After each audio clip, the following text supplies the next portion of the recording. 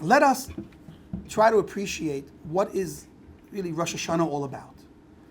Because of all the holidays, generally a holiday is really associated with a happy day, right? So Rosh Hashanah sticks out in that it's a holiday, but we have to ask ourselves, is it a happy day or, I dare to say, sad day? But certainly we see that it's a serious day, more so than your average holiday. So what is the nature of Rosh Hashanah, the Jewish New Year? What is it really all about? And why does it have this kind of like confusion or really fusion of the different emotions, one of a very seriousness, fearful, we're being judged by the king of the world, standing before a melech. Just think about standing before a judge, a ruthless judge that's going to hang you out to dry. That's scary.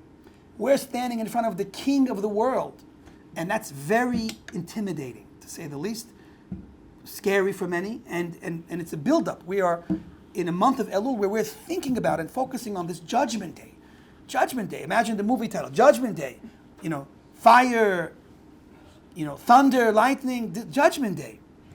So clearly there's an element of Rosh Hashanah that is anything but happy and let's have a great time day.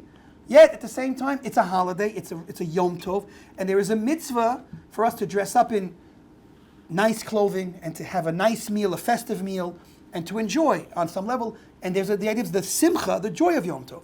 So here we have an unbelievable thing. We have a level of joy that's connected with this day, and a level of trepidation that is connected with this day. How do we balance this idea of being joyful and trepid, and having this fear, so to speak, this awe of Hashem, our Melech? So let's start to appreciate. We're going to begin with a bit of a history. We're going to go back in time. We're going to go back to the first day of man's creation, and the day we actually celebrate Rosh Hashanah, the sixth official day of Ma'aseh Bereshit, of the creating things Hashem created, but the first day that we call the first really day of life and the story of life, because the story of life revolves around, let's not get all egotistical, but me, you. The story of life really revolves around us, and that is a very empowering thing. It's a very special thing. It should also be a very humbling thing. And so we celebrate Rosh Hashanah on the day that we were born. So guess what, guys? Happy birthday. Rosh Hashanah is our birthday. We celebrate our birthday on Rosh Hashanah. Now, that is called for happiness, right? Everyone's happy. On a birthday is a happy day, a celebrative day. A big question of what does a birthday mean in Torah? What does Torah say about birthday? Because the secular world has birthday parties. And the truth is, I think the Chazal tell us that Paro celebrated his birthday. And so the source, so to speak, in the biblical source for birthday parties would be Paro. And so he wasn't Jewish, and he doesn't represent necessarily Jewish activity. Yet we know that there was a custom by I think the Lubavitch Rebbe, where he had a special gathering on his birthday. And he made birthday parties, so to speak, a thing again by Hasidim, by Jews and stuff. And so what's behind that? So the truth is that our birthday, every year, our personal birthday is a mini Rosh Hashanah. It's a mini New Year for us, because our personal life cycle is reaching an end of one year and the beginning of a new year. And so it's like Rosh Hashanah. And we're supposed to also go through the same Rosh Hashanah process personally on our birthday. So we still haven't gotten to the party aspect of it, but we will at the end understand why there's also room for a party, or a Jewish type of party. Again, we can bring a contrast from the secular Rosh Hashanah, so to speak. Calling it Rosh Hashanah is already like blasphemous almost on some level, because Rosh Hashanah has a lot of implications. So, but the secular New Year, which is let's party like the world is over, and at some point we might wish it was ending because we're so out of it. But let's party to the point where we forget last year, because who wants to remember last year? And we can forget to the point where we can start a new year, and again, unfortunately, make the same mistakes in the new year. So, what is the secular Rosh Hashanah? Is just partying without any consequence, without the thought of a tomorrow. So, how can you end one year and begin a new year with a whole party that is first of all doesn't take account of what you did last year and wants you to forget about next year? And so we really want to dream and waste our life. That's the secular Rosh Hashanah represents. Zero accountability, zero purpose, all pleasure, all me, all fun, and that's it. And so the real New Year, the Jewish New Year, Rosh Hashanah, is the opposite. And we see most Jews, the more that they're practicing, spend their entire day or a lot of their day praying, connecting with God, talking to God, talking about their past year and how they can improve their next year. That's a way to end one year and start a new year. You know? So that's the idea of a Jewish birthday party. A Jewish Hasidic birthday party is, let me understand what I've accomplished the year that is ending, my personal year. Let me think about what I've done good. You can't be only negative. Let me embrace the positive. Let me identify the negative and try to distance myself from that negative with a resolve and a plan for the new year to try to bring out more of the positive potential in me and continue with the things that worked and take them even further, and to distance myself further from the things that didn't work for me and try to, separate from them more. That's a way to bridge last year and the new year together with the right foresight, the right mindset. Okay, so that's really the source for and what a Jewish birthday should be.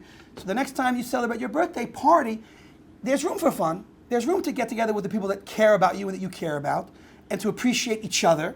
And that means having some level of fun.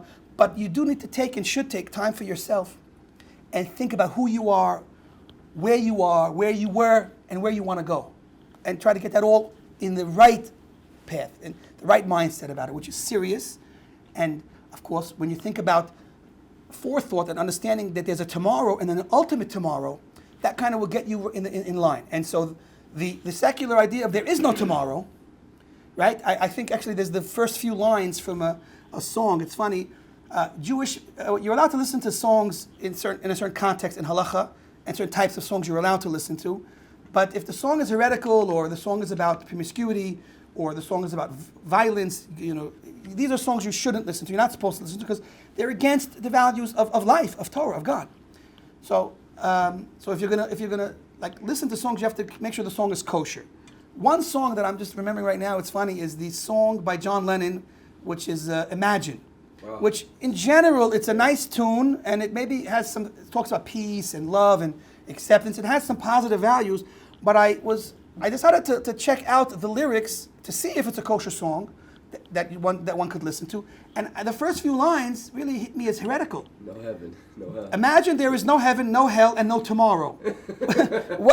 What an unbelievable beginning to this song that's supposed to be all about good things and peace and John Lennon, I'm sure, was a good person in that he wanted a better world. He suffered in seeing the suffering of the world, so he wasn't a terrible guy. But what is he trying to say in the first few lines? Imagine a world with no heaven, no hell, and no tomorrow. So that could very well be heretical. And that would make this song not kosher. And that, unfortunately, is the theme you think when you think of New Year's, and you would go around the globe and think about New Year's. That would be a great headline for the average New Year's party. No heaven, no hell, and no tomorrow. Why? Because if there was a heaven and a hell and a tomorrow, when you woke up, you'd be so upset at the New Year's you did and had and the year you did, so you would want to kill yourself. And so the solution to a life without accountability and without purpose and without morality, without an objective morality, is there is no heaven, there is no hell, and there is no tomorrow. Well, newsflash. Even if you are in doubt of whether these things are all true, what do you have to lose? If there is a heaven and a hell and a tomorrow, and you go against Hashem, so then you're going to really regret it later. And if there isn't a heaven and a hell or a tomorrow, then the truth is you can still live a pretty decent life full of a lot of enjoyment and pleasure without killing yourself and everyone around you, morally, spiritually. So you really, it's the best gamble is to choose that perhaps there is a tomorrow and a heaven and a hell, and so to try to direct your desires and what you want in a way that we can all tolerate, in a more wholesome way, because in the end you will still have a good life and have goodness without having to go against all of the rules of life that Hashem has created for us. So your best direction of life, whether you are ultra religious or zero religious, is ultimately to at least incorporate into your life some of the values of the Bible, because then you're covering both angles. You're covered either way. You will enjoy on some level your life. You won't have everything you want.